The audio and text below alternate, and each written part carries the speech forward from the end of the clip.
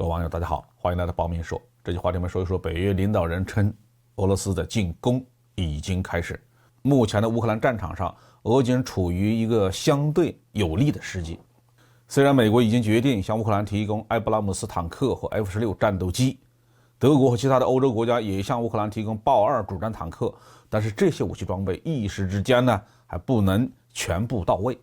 F-16战斗机恐怕要等到2年以后了。北约的军工生产能力还没有动员起来。北约的秘书长斯托尔滕贝格说乌克兰冲突消耗了大量的弹药，耗尽了盟国的库存。乌克兰目前的弹药消耗率比我们的生产率高出许多倍，这使得国防工业面临着压力。过去呢，大口径的炮弹从订购到交货大概需要12个月的时间，现在呢需要28个月才能交货。为了解决乌军弹药紧缺的问题，美国在世界范围内搜罗弹药，甚至连巴基斯坦也在美国的胁迫下向乌克兰提供了1万发122毫米的火箭弹。从各方面的情况来看呢，美国显然是想最大程度的动员北约盟国的军工生产能力，把乌克兰战争打下去。这个企图一旦落实，对俄罗斯将是非常的不利，因为整个西方世界所拥有的工业生产能力要比俄罗斯强大得多。美国在世界范围内拥有50多个正式的军事同盟国，其中有相当一部分是工业强国。其他国家就算不是发达国家，很多也和巴基斯坦一样具有不可忽视的军工生产能力。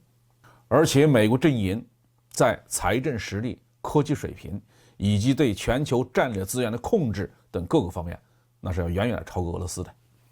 虽然俄罗斯发动乌克兰战争有自己迫不得已的理由，但战争胜负呢，终究还是由实力决定的。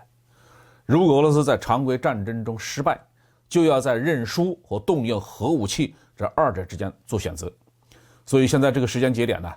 可能是一个历史关头。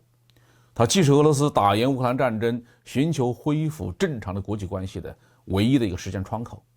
也可能是俄罗斯没有把握住时机，常规军事行动失利，只好动用核武器的一个分水岭。所以俄罗斯很有可能在近期呢，要发起大规模的战略进攻。俄罗斯的优势就是人力，总人口比乌克兰多了整整1个亿，而且乌克兰冲突一爆发，就有大量的乌克兰公民呢逃往其他的国家，成为难民。现在10轮征兵过后，乌克兰的征兵活动已经到了无所不用其极的程度。来自西方国家的雇佣兵虽然数量不少，但不能起决定性的作用。